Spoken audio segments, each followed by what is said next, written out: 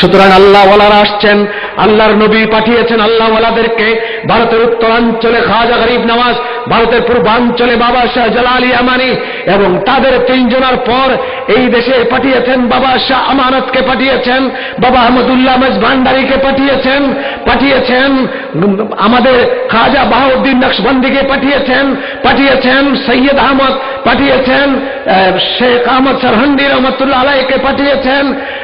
এদেরকে দিয়ে পাঠিয়েছেন মারিফতের আলো দিয়ে, টর্চ লাইট পাঞ্জেরি দিয়ে পাঠিয়েছেন। তারা মানুষকে আদব শিখিয়েছেন, তারা মানুষকে কলেমা শিখিয়েছেন, তারা মানুষকে প্রেম শিখিয়েছেন। এখন কোরআন হাদিসের জ্ঞান সম্ভার, জ্ঞানের মতো দৌলতের দরকার। কোরআন কাকে বলে, হাদিস কাকে বলে, ইজমা কাকে বলে, কিয়াস কাকে বলে, এগুলো শিখবার জন্য ভারতবর্ষে পাঠিয়ে দিলেন মুহাদ্দিস শাহ ওয়ালিউল্লাহ দেহলভী, মুহাদ্দিস আব্দুল আজিজ দেহলভী, মুহাদ্দিস শাহ আব্দুল হক দেহলভীকে পাঠিয়ে দিলেন। তারা গোটা ভারতবর্ষে কোরআন হাদিসের ইলম বিতরণ করলেন। আল্লাহ তাআলা জানেন, দয়াল নবী জানেন, এই আরবের লোকেরা তোমাদের কাছে কোরআন হাদিসের ইলম দেওয়া যাবে না। তাহলে তোমাদের কাছে কোরআন হাদিসের ইলম দেওয়া মানে শ্রীগালের কাছে মুরগি বাগি দেওয়া। শিয়ালের কাছে মুরগি বাগি দিলে অর্ধেক পাবেন আপনি। কোরআনের ইলম তোমাদেরকে দেওয়া যাবে না, তোমরা শিয়াল। এই জন্য কোরআন হাদিসের ইলমকে আল্লাহর নবী ভাগ করে ভারতবর্ষে দিয়ে দিলেন। ভারতবর্ষে শাহ ওলিউল্লাহ মুহাদ্দিস দেহলভীর কাছে দিলেন শাহ আব্দুল আজিজ দেহলভীর কাছে। আজ পর্যন্ত প্রমাণ, সৌদি আরবের থেকে 6 গুণ ইলম বেশি ভারতের আলেমদের। আর রাহিকুল মাকতুম খুলেন, আর রাহিকুল মাকতুম সিরাতের কিতাব 500 পৃষ্ঠা ব্যাপী। রাবিতাতুল আলম আল ইসলামী এই কিতাব লেখার ঘোষণা করল, পুরস্কার দেবে প্রতিযোগিতা। বিশ্বের 1182 জন স্কলার পণ্ডিত তারা কিতাব লেখলো বিভিন্ন নামে নবীজির সিরতের উপরে, বিভিন্ন দলিল দিয়ে কিতাব লেখলেন। 1182টা কিতাব 85 সালে থেকে আরম্ভ করে সেন্সর শুরু হলো। সেন্সর করলো কারা? বাঙালি নয়, ভারতের লোকেরা নয়, সিরিয়ার আলেম করলো, লেবাননের আলেম করলো, বৈরুতের আলেম করলো, মিশরের আলেম করলো, সুদানের আলেম করলো, সৌদি আরবের আলেম করলো। তারা এই 1182 জন লেখকের কিতাব তারা দেখতে দেখতে দেখতে দেখতে একজনকে ফার্স্ট করলো। যিনি ফার্স্ট হলেন তার বাড়ি না আরবে, তার বাড়ি না সুদানে, তার জন্ম না ইরানে, তার জন্ম না মিশরে, তার জন্ম ভারতবর্ষে। ভারতবর্ষের একজন ফার্স্ট হয়ে গেল। সৌদি আরবের জায়গা হলো 6 নম্বরে। সৌদি আরব সিরিয়ালে কয় নম্বরে গেল? 6 নম্বরে গেল। তো কোরআন হাদিসের ইলম এবার সৌদি আরবের বেশি না ভারতের বেশি প্রমাণিত হলো? যাদের ইলম বেশি সেই তো 1 নম্বরে যায়। 6 নম্বরে যায় তার ইলম বেশি, না 1 নম্বরে যায় তার ইলম বেশি? এখনো ভারতবর্ষ 1 নম্বরে আছে। আর কোরআন নাজিল হয়েছে আরবে, কোরআন তেলাওয়াত হয়েছে মিশরে। মিশরে আল্লাহর নবীর খাদেম হযরতে সাহাবী উকবা ইবনে আমের মিশরে গিয়েছেন, মিশরে হিজরত করে গিয়েছেন। যখন মুহাম্মদ ইবনে আব্দুল ওয়াহাব দাজ্জাল আওলাদের রাসূলদেরকে জবাই করা শুরু করলো, সাহাবায়ে কেরামদেরকে জবাই করা শুরু করলো, জান্নাতুল বাকি ভেঙে দিল, ফাতেমাতুজ জাহরার মাজার শরীফ ভেঙে দিল, হযরত ইব্রাহিম ইবনে রাসূলের মাজার ভেঙে দিল, হযরত সুফিয়া আতিকার মাজার, উসমান জিন নূরাইনের মাজার ভেঙে দিল, হালিমাতুস সাদিয়ার মাজার ভেঙে দিল, ফাতেমা বিনতে আসাদের মাজার ভেঙে দিল। রাসূলুল্লাহ রওজায়ে আতহারের গ্রিলের মধ্যে তার লাঠি লাগায় দিয়ে বলে, এই মুহূর্তে কবরে যে আছে তার থেকে আমার লাঠি শক্তিশালী। তার চেলা চামুন্ডা আজকে সালাফি নাম ধারণ করে বর্তমান বিশ্বের সালাফিদের নেতা নাসিরউদ্দিন আলবানী, সেই মুহাম্মদ ইবনে আব্দুল ওয়াহাবের পোষ্যপুত্র, তার আত্মার সন্তান সেই সালাফি নাসিরউদ্দিন আলবানী, সে বলেছে এখনো যদি মসজিদে নববী থেকে রাসূলুল্লাহর কবরটা চতুর্পাশে মাটি সহ তুলে যদি বাইরে ফেলে দেওয়া যায়, বিশ্বের মানুষগুলো শিরক থেকে বাঁচে। এটা বলার কারণে 40,000 রিয়াল পুরস্কার পাইছে। এই নাসিরউদ্দিন আলবানী বলেছে ইমাম বুখারী হাদিস বোঝে নাই, বুখারী শরীফে ভুল করেছে, আমি বুখারী লিখে দিলাম, এটা তোমরা পড়ো। নূরের হাদিস ফেলে দিয়ে, মুহাব্বতের হাদিস ফেলে দিয়ে, বাকি সমস্ত ইশকে রাসূলের হাদিস ফেলে দিয়ে হাদিস লিখে বুখারী সংস্কার করে সৌদি আরবে বিক্রি করা হচ্ছে। মুসান্নাফি আব্দুর রাজ্জাকের মধ্যে নূরের হাদিস, জাবেরের হাদিস, সেটাকে ফেলে দিয়ে মুসান্নাফি আব্দুর রাজ্জাক রিপিট করে প্রিন্ট করে বিক্রি করা হচ্ছে। যে নাসিরউদ্দিন আলবানী বলেছে ইমাম বুখারী বুঝে নাই, সে হাদিস বোঝে না। যে ইমাম বুখারী 4275 বার আল্লাহর নবীকে না ঘুমাইয়া জাগ্রত অবস্থায় শাসককে দেখে হুজুরের পারমিশন নিয়ে বুখারী শরীফ লিখলেন, 975টা হাদিস বেলা তাকরার লিখলেন, তিনি হাদিস বুঝে না, আর মালাউন নাসিরউদ্দিন আলবানী হাদিস বুঝে। জামে তিরমিজি, যিনি ইমাম বুখারীর উস্তাদ, আর ইমাম বুখারী তার উস্তাদ, বুখারীর মাপের কিতাব সিয়াসিত্তার তিরমিজি, যে ইমাম তিরমিজি বাবু মিলাদিন নবী সাল্লাল্লাহু আলাইহি সাল্লাম, আমার নবীর মিলাদ শরীফের আলাদা অধ্যায় লিখেছেন। ইমাম তিরমিজি বুঝে নাই। আজকে এই নাসিরউদ্দিন আলবানীর দালালরা, সালাফিদের দালালরা বাংলাদেশে পিস টিভিতে, এটিএনে, এনটিভিতে, সেখানে ডক্টর মনজুর ইলাহি সে বলেছে মদিনার থেকে পাশ করে এসে ইমাম সিউতি ভুল করতে পারে, ইকরামা ভুল করতে পারে, মুজাহিদ ভুল করতে পারে, তিরমিজি ভুল করতে পারে, আমরা ভুল করতে পারি না। এই বেঈমান কারা এরা? এই মালাউনরা কারা? ঈদে মিলাদুন নবীর বিরুদ্ধে কোন কালের কোরআন শরীফের 6666 আয়াতের মধ্যে ঈদে মিলাদুন নবীর বিরুদ্ধে একটা শব্দও নাই। ৭৭ লক্ষ হাদিসের মধ্যে ঈদে মিলাদুন নবীর বিপক্ষে একটা শব্দ নাই। আসেন এবার দেওবন্দ দারুল উলুম, হাজী ইমদাদুল্লাহ মুহাজিরে মক্কি, কাসিম নানতবি, ইয়াকুব নানতবি, জুলফিকার আলী, তারপরে আপনার আনোয়ার শাহ কাশ্মীরি, তারপরে হুসেন আহমদ মাদানী, শাবালি থানভী, এরা হচ্ছে দেওবন্দ মাদ্রাসার প্রতিষ্ঠাতার থেকে 36 বছর পরে এদের থেকে সালাফিরা এসে ঢুকলো। এই সালাফিরা প্রোডাকশন কাদের? ইহুদিদের প্রোডাকশন মুনাফিক 470 জন। এই মুনাফিকদের প্রোডাকশন সালাফি। মুনাফিকদের প্রোডাকশন কারা? সালাফি। সালাফিরা দেওবন্দে এসে হাজির হয়ে গেল। দেওবন্দ মাদ্রাসা 2 জনকে কিনে নিল সালাফিরা। হুজুর এসে গেছে, একটু নারা লাগান ভালো করে। নারে তাকবীর, নারে রিসালাত, সওয়াদে আর আঞ্জুমানে সওয়াদে আজম। আমি বেশিক্ষণ আর সময় নেব না, হুজুর এসে গেছেন। যে কথাটা দিয়ে শেষ করতে চাই, কোনটা বলেছিলাম? হ্যাঁ, এই যে 10 জনের নাম বললাম, এই 10 জন কিতাব লিখেছে। হাজী ইমদাদুল্লাহ মুহাজিরে মক্কি কিতাব লিখেছে ফয়সালায়ে হাত্তে মাসাইল, 7টা সমস্যার ফয়সালা। সেখানে তিনি বলেছেন মিলাদ শরীফ আমি পড়ি, মজা পাই, আমি দাঁড়ায় কিয়াম করি, সেখানে রাসূলুল্লাহর দিদার হয়। মুহাজিরে মক্কি লিখেছেন এই। তার খলিফা শাবালি থানভী তার কিতাব নসুত্তি ফি যিকরে নবীল হাবিবের মধ্যে লিখেছে আল্লাহর নবীর মাথা থেকে পা পর্যন্ত পেশাব, পায়খানা, রক্ত, গোশত সব নূর।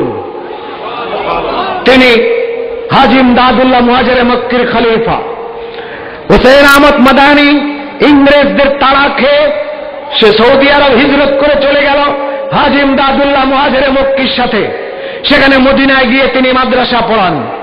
সেই মাদ্রাসা পড়াতে গিয়ে তিনি কিতাব লিখেছেন শিহাবুস সাকিব। আর শিহাবুস সাকিব কিতাবের মধ্যে তিনি বলেছেন আল্লাহর নবীর আপাদমস্তক নূর। সেখানে তিনি নূর বলেছেন। আজকে দেওবন্দের পরিচয় দিয়ে যারা নব্য দেওবন্দি যারা বলে নূর বললে শিরক হবে, এরা মুশরিক, এদের পিছনে নামাজ হবে না। তোমাদের উস্তাদরা 10 জন, তাদের কোনো কিতাবে নূরের বিরুদ্ধে লেখা নাই, মিলাদের বিরুদ্ধে নাই, কিয়ামের বিরুদ্ধে নাই, ঈদে মিলাদুন্নবীর বিরুদ্ধে নাই, কোরআন শরীফে নাই, হাদিস শরীফে নাই। তোমরা পেলে কোথায়? এরা কারা? সোজা জবাব হচ্ছে ঢাকার কাজী মুতাসিম বিল্লাহ, মালিবাগ মাদ্রাসার মুতামিম, আজরাবাদ মাদ্রাসার মুতামিম, যাত্রাবাড়ি মাদ্রাসার মুতামিম, হাফিজি হুজুরের ছেলে আশরাফ আহমদুল্লাহ আশরাফ, মুফতি ওয়াক্কাস, মৌলানা মহিউদ্দিন খান, এইরকম 35 জন আলেম একসাথে হয়ে একটা বই লিখেছে। বইয়ের নাম ঐক্যের ডাক। ঐক্যের ডাকের মধ্যে তারা বলেছে আমরা দেওবন্দে কোনো মিলাদ কিয়ামের বিরুদ্ধে কথা পাই নাই। এখন যারা বলে এরা কারা? এদের প্রতিহত করা উচিত। আমি বলতে চাই সময় উপযোগী সিদ্ধান্ত তারা নিয়েছে, তাদের বোধ উদয় হয়েছে। সুন্নিদের উপরে যত নির্যাতন তারা করেছে, সুন্নি ইমামে আহলে সুন্নাতদেরকে তারা কাউকে কাউকে শহীদ করবার জন্য তারা চেষ্টা করেছিল, কিন্তু আজ তাদের বোধ উদয় হয়েছে। 81 পাকা মসজিদের খতিব মাওলানা মুস্তাফিজুর রহমান মুমতাজি, তার কাছে সংগ্রহ করবেন, ও নিজে এটার আহ্বায়ক। কাজী মুতাসিম বিল্লাহ উপর দিয়ে লেখা আছে, প্রবন্ধের লেখক। সেখানে তারা বলেছে তাহলে এরা কারা? আমি পরিচয়টা এক শব্দে দিয়ে দেই, এরাই হচ্ছে ইহুদিদের কেনা গোলাম। এবং তাদের মিশন বাস্তবায়ন করার জন্য। মিশনটা কি? আমরা যেন মুসলমানকে মারতে না হয়, মুসলমান যেন মুসলমানকে মারে, মুসলমানদের ভিতরে ডিভাইডেশনের জন্য এদেরকে হায়ার করে ভাড়াটিয়া গোলাম পাঠিয়ে দিয়েছে। তারাই আমাদের মধ্যে এসব কিছু করছে। এদেরকে আজ চিনে রাখা উচিত। আমি সারা বাংলাদেশে এমন কোন পাড়া নাই, এমন কোন মহল্লা নাই, এমন কোন গ্রাম নাই যেখানে মাঝভান্ডার শরীফের একজন গোলাম না আছে, খাদেম না আছে। আমি অনুরোধ করব যে আজকে আমি আমাদের মাঝভান্ডার শরীফের যে প্রধান অতিথি হযরত এসেছেন, ওনার আব্বাজানকে দেখেছি। আমি ভুলতে পারবো না, এখনো আমার চোখের সামনে ভাষা, আমার মনে হয় এখনো ধরে আছে। প্রথম স্কয়ার হসপিটালে তিনি গিয়েছিলেন কোন এক কাজে, আমি ওইখানে দাঁড়ানো ছিলাম। এতগুলো মানুষের মধ্যে আমাকে ডেকে নিয়ে যেয়ে দুটো হাত দিয়ে আমাকে বুকে জড়াইয়ে ধরলেন, বলে আপনার সঙ্গে আমার কথা আছে। আমি চিটাগং এসে তার দরবারে গিয়েছি, একা তিনি আমার সঙ্গে ঘরে বসে কথা বলেছেন এবং কি যে ভালোবাসতেন, কি মহব্বত করতেন। ওলিদের ভেতরে দুটা চোখ আলাদা আছে, বাইরের চোখ দিয়ে উনি আমাকে দেখেন নাই, ভেতরের চোখ দিয়ে উনি আমাকে দেখেছেন। ওই ভেতরের চোখকে অস্বীকার করা যাবে না। আপনাদের যথেষ্ট সমর্থক আছে, আপনারাই পারবেন এই দেশে সুন্নিয়তকে পুনঃপ্রতিষ্ঠা করবার জন্যে। আজকে দুঃখের সঙ্গে আমাকে বলতে হচ্ছে যে নতুন করে মুহাম্মদী দ্বীনকে পুনর্জীবন দিচ্ছেন যারা, তারা আজকে বক্তৃতায় বলছেন, দুঃখজনক হলেও সত্য, আমার কাছে রেকর্ড আছে, তারা বলেছেন যে আমাদের বাবাকে, আমাদের এই মহান ব্যক্তিত্বকে যে কোনো নবী, রসুল ও অলিদের চাইতে বেশি ক্ষমতা ও মর্যাদা দেওয়া হয়েছে। এই কথা কি ঈমান আছে বলেন? পীর সাহেব নিজে বলেছেন, আপনাদের মার পরিচয় আপনারা জানেন? লোকেরা বলল না। উনি বলল আপনাদের মা ছিলেন হযরতে ফাতেমাতুজ জাহরা ছিলেন, উনি ফাতেমার স্বামী হয়ে গেলেন। যিনি মা ফাতেমার স্বামী বলতে পারে, যিনি বলতে পারে যে কোনো নবী অলির চাইতে বেশি মুজিজা আমাকে দেয়া হয়েছে, আমরা তাদের কাছে কি ভালো কিছু আশা করতে পারি? তাদের কাছ থেকে আমাদেরকে সাবধান থাকতে হবে। এবং এই বিভ্রান্ত জাতিকে, এই পথহারা দিশেহারা জাতিকে আপনারা পারবেন একমাত্র দিশা দিতে। সারা বাংলাদেশে আপনাদের ফোর্স আছে, পাওয়ার আছে। একটি কাজ যেটা আমি বারবার বলে আসছি, সে কাজটি আজকে ওয়াজিব হয়ে দাঁড়িয়েছে। কি? 24টা টেলিভিশন দিয়ে তারা টাকা, কোটি কোটি টাকা বস্তায় ঘুরে নিয়ে বেড়াচ্ছে। যে অনুষ্ঠানে আমরা 50,000 টাকা দেই, সে অনুষ্ঠানে তারা 5 লক্ষ টাকা দিচ্ছে, দিয়ে মাগরিবের পরে পিক আওয়ারে অনুষ্ঠান নিচ্ছে। পিক আওয়ারে অনুষ্ঠান নিয়ে তারা আমাদের ঈদে মিলাদুন্নবীকে বলতেছে জন্মাষ্টমী। তারা আমাদের নবীজিকে সেখানে সম্মান ক্ষুণ্ণ করছে, অথচ আমরা পারলাম না সেই পিক আওয়ারে ওই মাগরিবের পরে তাদের মতো আরেকটা অনুষ্ঠান দিয়ে 1 ঘন্টা ব্যাপী তাদেরকে আমরা মালাউন সাব্যস্ত করতে পারলাম না। এ দুঃখ আমাদের রয়ে গেল। কিন্তু আপনি যদি মহান ব্যক্তিত্বের সেই নজর দিয়ে একবার চিন্তা করেন, একবার ইচ্ছা করেন, আপনাদের জন্য কোনো বিষয় নয় যে সুন্নিদের জন্য একটা টেলিভিশন দাঁড়া করাইয়া দেওয়া। সুন্নিদের জন্য একটা টেলিভিশন যখন হয়ে যাবে, আমরা রিপিট করব, দেশের বড় বড় আলেমদেরকে আজকের এই মাহফিলটা যদি সেখানে যেত, সারা বাংলাদেশে সুন্নিদের যত জুলুস আছে এবং সুন্নিদের যত মাহফিল আছে এবং ঈদে মিলাদুন্নবী আছে, আমাদের বক্তৃতা সহ একের পর এক আমরা যদি প্রচার করতাম, নবীর শানে যত নাতে মুস্তাফা আছে তা যদি প্রচার করতাম, আপনাদের হেদায়েতগুলো যদি প্রচার করতে পারতাম। আমাদের কাছে এমন এমন আলেম আছে, আমাদের একজন, ওরা সারা বাংলাদেশে ওয়াহাবি এক পাল্লায় দিলে আমাদের একজনের বরাবর হয় না।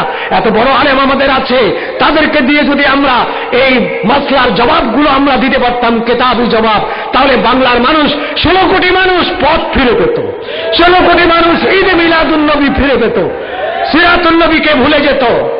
এই বিষয়টি আমি দৃষ্টি আকর্ষণ করে আপনার খেদমতে উপস্থাপন করে আপনাদের দোয়া চেয়ে, হুজুর কিবলার কাছে দোয়া চেয়ে আজকের জন্য এখানেই শেষ করছি। আসসালামু আলাইকুম ওয়া রাহমাতুল্লাহি ওয়া বারাকাতুহু। এতক্ষণ পর্যন্ত আপনাদের সম্মুখে অত্যন্ত গুরুত্বপূর্ণ বক্তব্য উপস্থাপন করলেন আমাদের আজকের মাহফিলের সম্মানিত প্রধান বক্তা হযরতুল হজ মাওলানা শাইখ মোহাম্মদ নুরুল ইসলাম ফারুকী সাহেব। আমাদের মাহফিলে এসে উপস্থিত হয়েছেন আঞ্জুমানে সাওয়াদাতুনের সম্মানিত উপদেষ্টা ডাক্তার মোহাম্মদ আবু মুর্শেদ। আমি তাকে